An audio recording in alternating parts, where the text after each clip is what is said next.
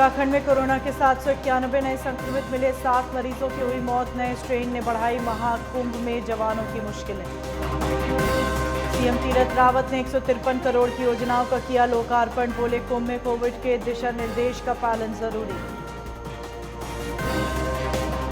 उत्तराखंड में विकराल होती जा रही जंगल की आग, 12 घंटे में जल गया करीब 150 हेक्टेयर वन संपदा। अब सैटेलाइट से रखी जा रही नजर। हरिद्वार में लकड़ी के गोदाम में लगी आग, लगने से मची अफरा तफरी, गोदाम का सामान जलकर राख। उत्तराखंड में बदला मौसम का मिजाज, निचले इलाकों में तेज आंधी के साथ हल्की बारिश, पहाड़ों पर हुई बर्फबारी, ऑरेंज अलर्ट जारी।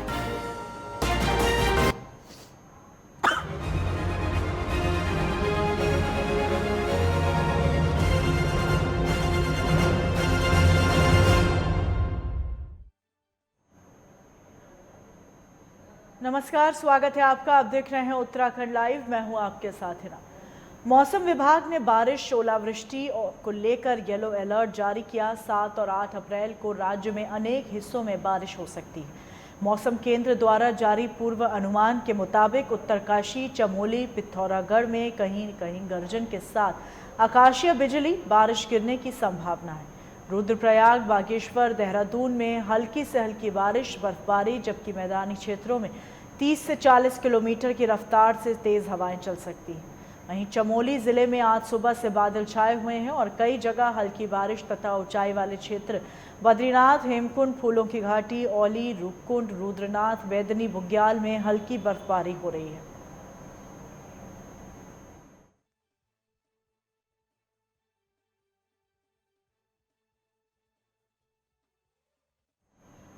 मंगलौर में कोरोना के ग्राफ को बढ़ता देख प्रशासन ने बड़ा फैसला लिया, जिसमें बाहरी राज्यों से आने वाले यात्रियों की 72 घंटे की कोविड की नेगेटिव रिपोर्ट देखकर ही प्रवेश दिया जाएगा।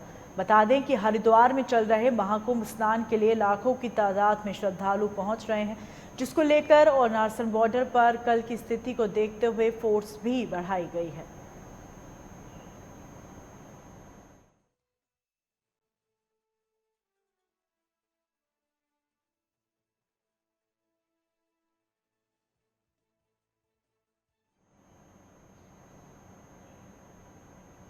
उत्तराखंड के पहाड़ी इलाकों में जंगलों में आग लगने की खबर लगातार सामने आ रही है। दूसरी ओर गजा के नायब तहसीलदार ने नई पहल शुरू की, जिसमें उन्होंने जंगलों को आग लगने से बचने के लिए जन जागरूकता अभियान की शुरुआत की। गजा तहसील के नायब तहसीलदार ने बनागनी की रोकथाम के लिए सभी राजस्व उप निरीक्षकों के साथ साथ गांव जाकर जनता को जागरूक किया।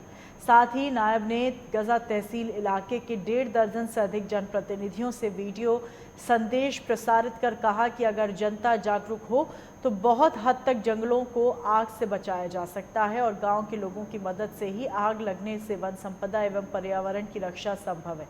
अब तक नायब तहसीलदार गजा ने विकासखंड नरेंद्र नगर व चंबा के भारतीय सजवाड़ प्रधान सहित अनेक पूर्व प्रधान, सदस्य, क्षेत्र पंचायत सभासदों से अपनी ग्राम सभाओं में जन जागरूकता चलाने के लिए व्यक्तिगत संपर्क किया।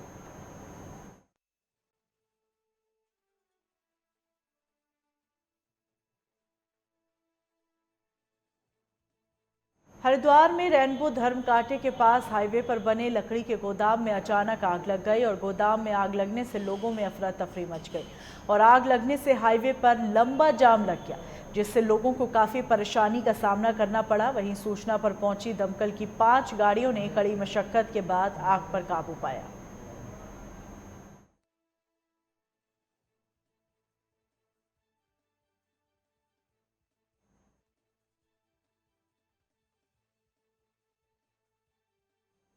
हरिद्वार में मुख्यमंत्री ने संतों और गंगा सभा के संयुक्त रूप से गंगा पूजन किया, लेकिन गंगा पूजन से पूर्व ही संतों का पारा चढ़ गया।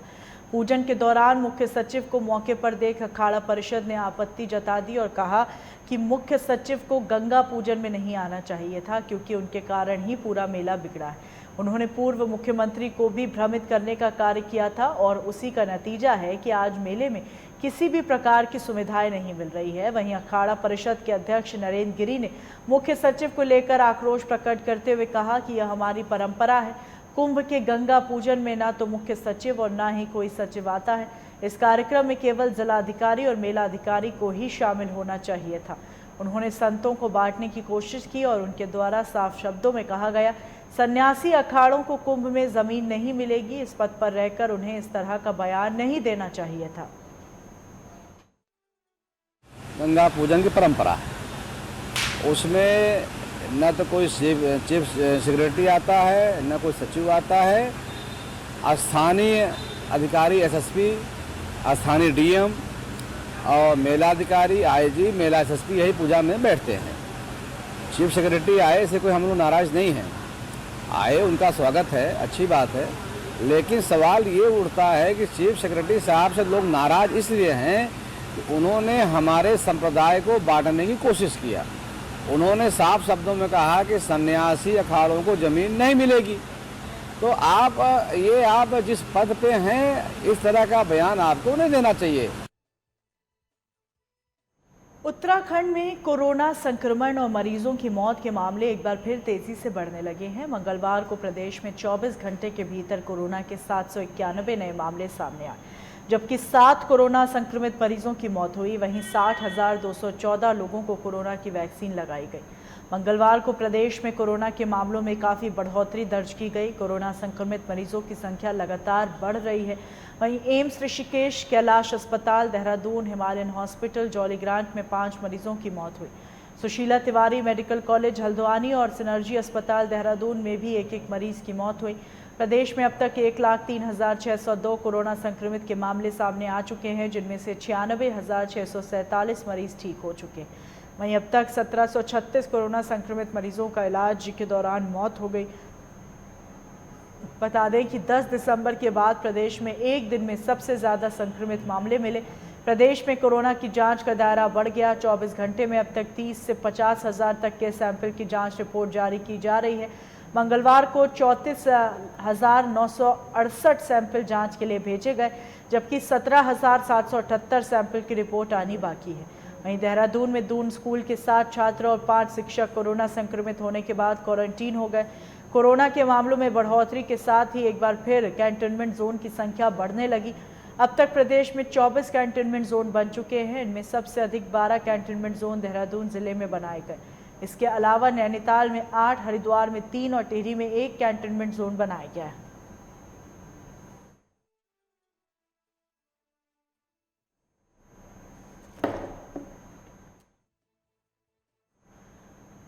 उत्तराखंड के नारसन बॉर्डर पर बाहरी राज्यों से आने वाले यात्रियों को रोककर कोरोना की नेगेटिव रिपोर्ट देखी जा रही है।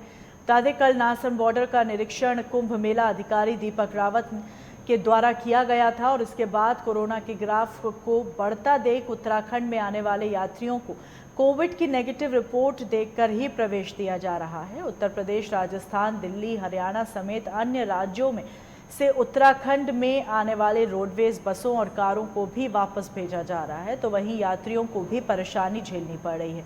जिन यात्रियों के पास कोविड की नेगेटिव रिपोर्ट नहीं है, उन्हें राज्य की सीमा पर बसों से उतार दिया जा रहा है, जिसके बाद यात्री अन्य किसी साधन या पैदल ही अपनी मंजिल की ओर रवाना हो रहे हैं। साथ ही उन यात्रियों को भी परेशानी हो रही है जिनके पास कोविड की नेगेटिव रिपोर्ट है। हालांकि कुछ बसों में सभी यात्री अपनी कोविड नेगेटिव रिपोर्ट दिखा रहे हैं, जिसके बाद बस को उत्तराखंड में प्रवेश दिया जा रहा है। उत्तराखंड में महाकुंभ का आगाज हो चुका है। इस वक्त मौजूद हैं हम उत्तराखंड के प्रवेश द्वार कहे जाने वाले नारसन बॉर्डर पर, जहां पर आप साफ तस्वीरों में देख सकते हैं। कैमरामैन से कहूंगा दिखाने की कोशिश करें कि किस तरीके से यहां पर जो है पूरी भीड़ हो चुकी है। जितने भी उत्तराखंड में प्रवेश करने वाले जो श्रद्धालु हैं या कोई उत्तराखंड वासी हैं, वो यहाँ पर पहुंच रहे हैं, उत्तराखंड नारसन बॉर्डर पर पहुंच रहे हैं। और यहाँ पर बात करें अगर रोडवेज बसों की, तो यहाँ पर जैसा कि कल मेलाधिकारी दीपक रावत पहुंचे थे, उनके आदेशानुसार यहाँ पर जितनी भी रोडवेज बसें हैं उनको भी उत्तराखंड के नारसन बॉर्डर पर रोक लिया गया है। यहाँ से सिर्फ जो सवारी, हालांकि यहाँ पर जो बसों से सवारी हैं वो उतरकर सीधे उत्तराखंड में प्रवेश कर रही हैं। कुछ हमारे साथ कुछ व्यक्ति भी हैं, उनसे बात करना चाहेंगे। उनसे जी आप कहाँ से आए हैं? मैं सर दिल्ली से आया हूँ। मैं उत्तराखंड का रहने वाला हूँ। मेरा नाम तीसरा मुनियाल है। मैं दिल्ली गया था 2-3 दिन पहले। मेरे पास कोरोना नेगेटिव रिपोर्ट है। 2 बंदे हमारे पास है, लेकिन बाकी अन्य बंदों के पास मुझे लगता है कुछ किसी के पास होगी, किसी के पास नहीं होगी। अब जो है बसें यहाँ पे खड़ी हो गई हैं उत्तर प्रदेश परिवहन निगम की। यहाँ पे जो है क्या कहते हैं, ये कंडक्टर साहब जो है अभी पैसे भी रिफंड नहीं कर रहे। वो कह रहे अधिकारियों का जब फोन आएगा तब हम डिसीजन लेंगे। अब हमें तो चंबा जाना है, चंबा टिहरी जाना है। अब हम यहाँ पे कितनी देर खड़े रहे सर? आगे की हमें गाड़ी भी नहीं मिल पाएगी, हम रात को कहाँ रुकेंगे? तो क्या पूरी बस का जो कोरोना रिपोर्ट है वो नेगेटिव है आपके आप जिस नहीं बस है में? सर, नहीं है। किसी को कोई पता नहीं था, किसी को मतलब पता तो है 1 तारीख से हमें पता है कि लागू हो रखा है ये, लेकिन किसी लोगों के पास नहीं है। यहाँ पे मेडिकल टीम होनी चाहिए थी जो फटाफट करके यहाँ पे नेगेटिव वो कोरोना का जांच करते, और यहाँ पे जो है उनका फटाफट सैंपल लेके जो है उनको आधे या 15-20 मिनट में अपना रिपोर्ट दे देते। इस वक्त हमारे साथ दूसरे व्यक्ति भी हैं। आप कहाँ से आए हैं? मैं दिल्ली से आया हूँ। दिल्ली से आए हैं। कहाँ जा रहे हैं? ऋषिकेश। ऋषिकेश। उत्तराखंड निवासी हैं? नहीं दिल्ली। तो आपके पास क्या कोरोना की जो नेगेटिव रिपोर्ट है वो भी है? रिपोर्ट में लेके आओ रिपोर्ट। तो अभी आपको क्या परेशानी हो रही है यहाँ? परेशानी यही हो रही है, अभी बहुत अर्जेंट जाना है और यहाँ पे रोक रखा अभी। जैसा कि जो उत्तराखंड में प्रवेश करने वाले जितने भी यात्री हैं, कुछ उत्तराखंड वासी भी हैं और कुछ बाहर के भी। हालांकि जो यहाँ पर एसएसबी फोर्स भी लगाई गई है सुरक्षा की दृष्टि से। आप साफ तस्वीरों में देख सकते हैं कि किस तरीके से यहाँ पर जो है सभी जो रोडवेज बसें हैं, चाहे वो यूपी की हो, चाहे उत्तराखंड की हो, चाहे हरियाणा, दिल्ली कहीं की भी हो, उन्हीं सभी को यहाँ पर उत्तराखंड के नारसन बॉर्डर पर रोक लिया गया है। यहाँ पर जितनी भी जो सवारियां हैं वो पैदल ही, हालांकि जो सवारियों को काफी दिक्कतों का सामना करना पड़ रहा है। आप पीछे भी तस्वीर में दिखा सकते हैं कि किस तरीके से जो है यहाँ पर सवारियों का तांता लगा हुआ है। सवारियां बहुत ज्यादा परेशान हो रही हैं। आइए तो जो सवारी हैं इनसे भी हमने बात की। इसमें कहीं ना कहीं यहाँ पर सुरक्षा की दृष्टि से भी यहाँ पर कोरोना की जो जांच है वो भी आगे हो रही है। कहीं ना कहीं एक सवाल उठ रहा है कि ऐसे में जो सरकार ने नियम लागू किए हैं इससे आम जनता जो है कितनी परेशान हो रही है, ये तो आने वाला वक्त ही बताएगा। अपने सहयोगी राहुल के साथ अनिल सैनी, लाइव टुडे मंगलोर। रुकेंगे ब्रेक के लिए। ब्रेक के उस पार खबरों का सिलसिला यूं ही निरंतर जारी रहेगा।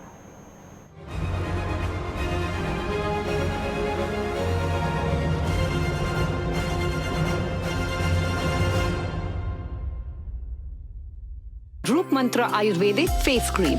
इसमें है हल्दी चंदन के साथ एलोवेरा, तुलसी, नीम और बादाम तेल जैसी 12 खास आयुर्वेदिक जड़ी बूटियां जो चेहरे की त्वचा में समाकर उसे अंदर से निखारे।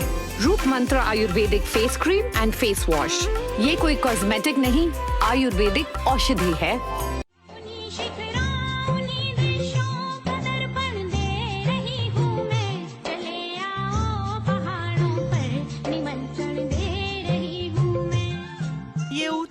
पर्वत की नदियों की कलकल जहां, देवों की भूमि गंगा की पावन धरा है वहां। केदार में बसते शिव, बद्री में विष्णु का बसेरा। हेमकुंड साहिब की श्रद्धा भक्तों को खींच लाती है यहाँ।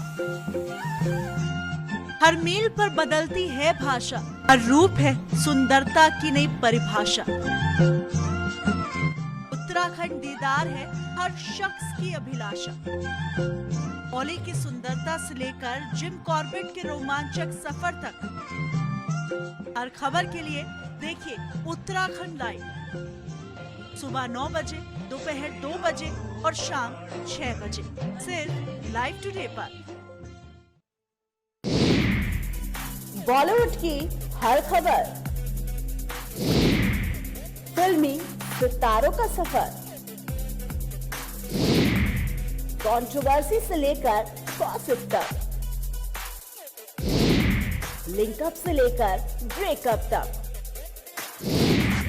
देखिए हर हलचल बॉली तड़का में, हर रोज दोपहर 12:30 बजे, सिर्फ लाइव टुडे पर।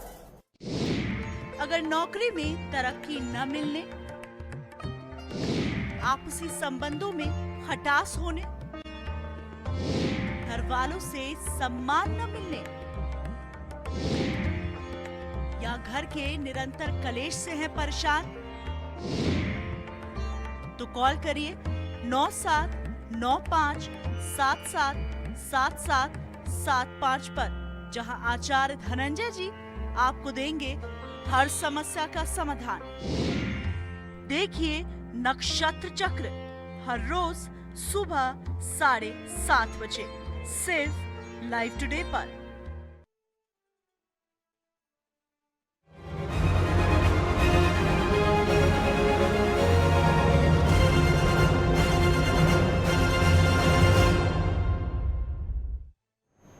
ब्रेक के बाद स्वागत है आपका। चमोली में टिम्मरसैंण महादेव की यात्रा व्यवस्थाओं को लेकर जिलाधिकारी स्वाति एस भदौरिया की अध्यक्षता में कलेक्ट्रेट सभागार में अहम बैठक हुई, जिसमें 7 अप्रैल से टिम्मरसैंण की यात्रा शुरू कराने का निर्णय लिया गया। जहां जिलाधिकारी ने यात्रा मार्ग पर चिकित्सा सुविधा के साथ साथ भोजन, पानी, शौचालय आदि जरूरी व्यवस्थाएं सुनिश्चित करने के निर्देश संबंधित अधिकारियों को दिए और साथ ही सुरक्षा को देखते हुए टिम्मरसैंण जाने वाले यात्रियों को सुबह जाकर उसी दिन सायं तक वापस लौटना होगा। इसके लिए सुराई थोटा बैरियर के सुबह 11 बजे तक ही टिम्मरसैंण जाने की अनुमति दी जाएगी, ताकि सभी यात्री महादेव के दर्शन करने के बाद उसी दिन लौट आए।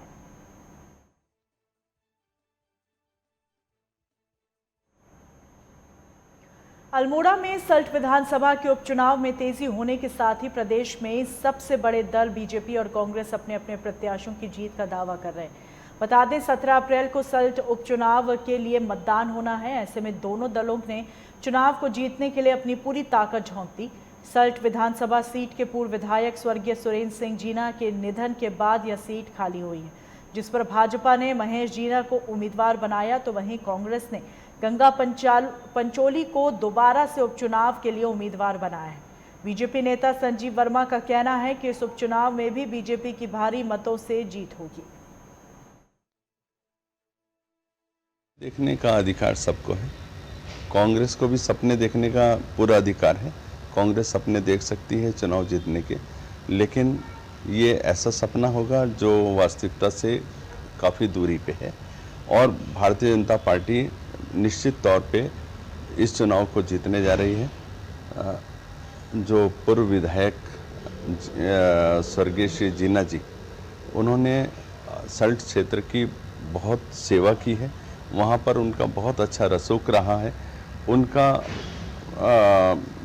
उनका जो सहानुभूति, उसका भी चुनाव में लाभ भारतीय जनता पार्टी को मिलेगा।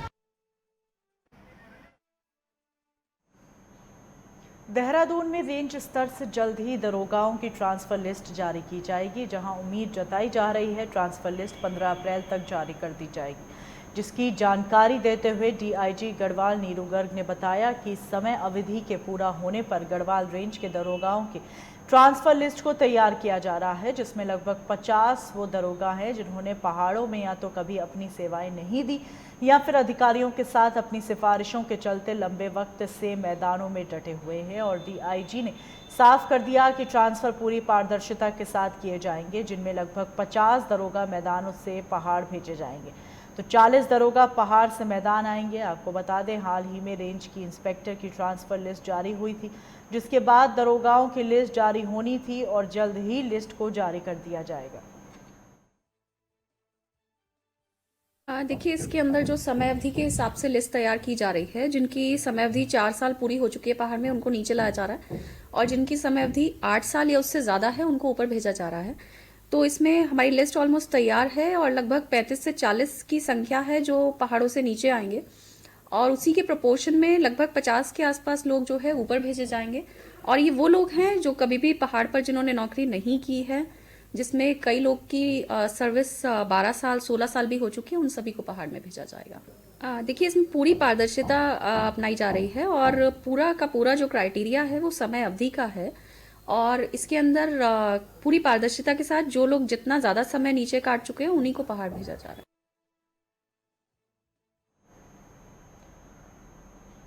पिथौरागढ़ जिले के जंगलों में पिछले कई दिनों से लगातार आग धधक रही है। हालात तो यह हो गए हैं कि आग पर काबू पाना वन विभाग के खतरे से बाहर हो गया।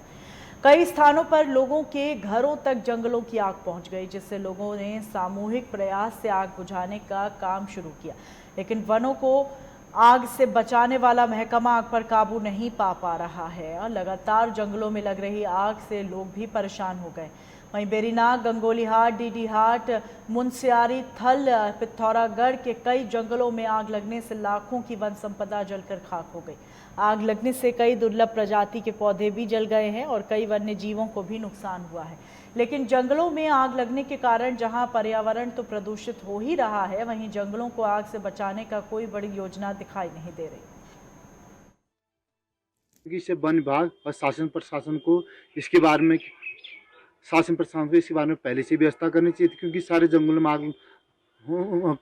में आग लग चुका है। इससे सरकार को ध्यान देना चाहिए। इससे लोगों को इससे बहुत परेशानियां हो, अजय गांव वालों को, जैसे शहर में, जैसे ग्रामीण इलाके में, मार्केट में, बाजार में लोगों का चल पाना मुश्किल हो रहा है। बड़ी दुख की बात है कि पिछले 1 महीने से पूरे पिथौरागढ़ डिस्ट्रिक्ट यह कहे कि पूरे उत्तराखंड में आग और धुएं से पूरे प्रदेश के बुरे हाल है। और मैं तो आप लोगों से कहना चाहता हूं कि प्रदेश सरकार, मेरे हिसाब से, जो मैं देख रहा हूं, प्रदेश सरकार होगी या वन विभाग हो गया, इस ओर उनका बिल्कुल ध्यान नहीं है। सरकार प्रयासरत है। माननीय मुख्यमंत्री जी से जो बात हुई और उन्होंने केंद्र में गृह मंत्री जी से बात की और जो आश्वासन उन्होंने दिया है कि 2 हेलीकॉप्टर मिलेंगे और उससे पानी डाला जाएगा और आग बुझाने का प्रयास किया जाएगा। और बाकी वन विभाग तो अलर्ट है ही, और हम भी आज बैठक में ही जा रहे हैं। इस मुद्दे को हम भी उठाएंगे।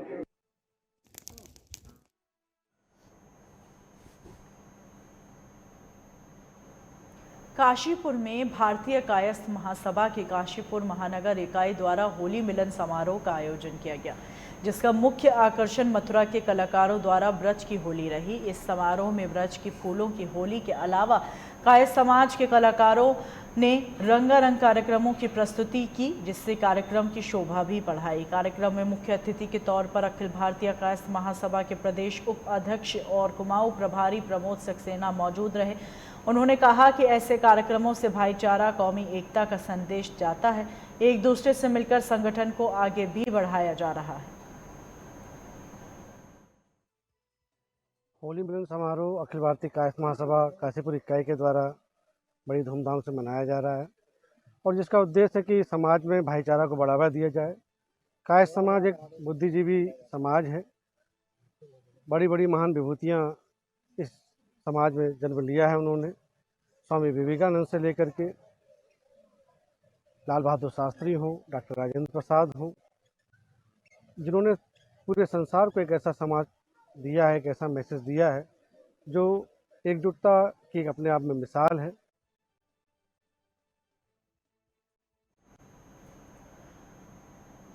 टिहरी में मुख्यमंत्री त्वरित समाधान सेवा कार्यक्रम के तहत चौपाल में प्रदेश के मुख्यमंत्री तीरथ सिंह रावत ने क्षेत्र की करीब 12 ग्राम सभाओं में आए लोगों की फरियादें सुनी।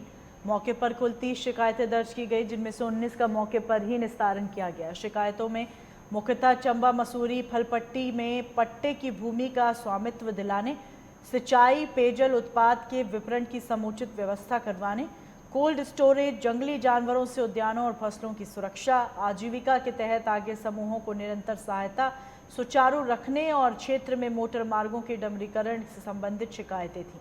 वहीं मुख्यमंत्री ने लोगों को संबोधित करते हुए कहा, केंद्र और राज्य सरकार द्वारा किसानों के हित में विभिन्न कल्याणकारी योजनाएं संचालित हैं, जिनका लाभ अवश्य लेना चाहिए। उन्होंने अधिकारियों को निर्देश देते हुए कहा, योजनाओं की जानकारी ग्राम स्तर पर प्रत्येक काश्तकार तक पहुंचाई जाए, जिससे वे इसका लाभ ले सके।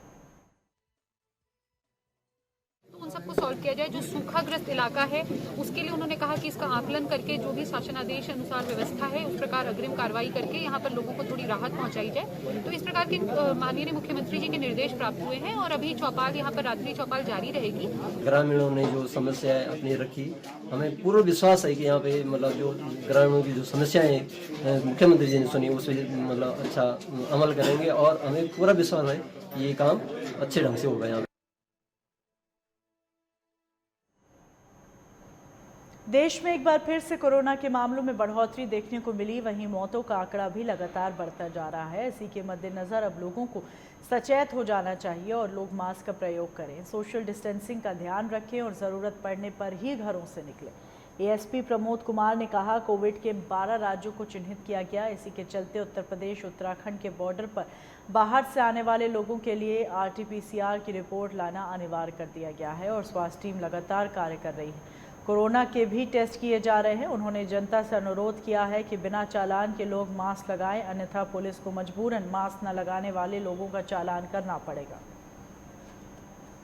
बताया कि शासन की ये गाइडलाइन आ गई है, 12 राज्यों को उनमें चिन्हित किया गया। तो जो भी लोग इन 12 राज्यों से हमारे बॉर्डर को क्रॉस करेंगे तो उनके द्वारा एक तो RT-PCR की कोविड नेगेटिव की रिपोर्ट वो आवश्यक है, और साथ ही साथ हमारे बॉर्डर पे भी जो है मेडिकल विभाग के द्वारा सैंपलिंग की सुविधा की गई है, तो उनके भी यथासंभव जो है सैंपल बॉर्डर पे लगते हैं। उनसे भी देखिए मेरी अपील है, मैं अपनी ओर से भी और प्रशासन की ओर से भी यही अपील करना चाहूँगा कि सोशल डिस्टेंसिंग का पालन करें और गाड़ी में जो जहाँ तक संभव हो सके सोशल डिस्टेंसिंग के अनुसार 1 या 2 सवारी अपना बैठाएं।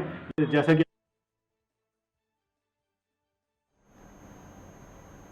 इन्हीं खबरों के साथ बुलेटिन में फिलहाल इतना ही। दीजिए इजाजत।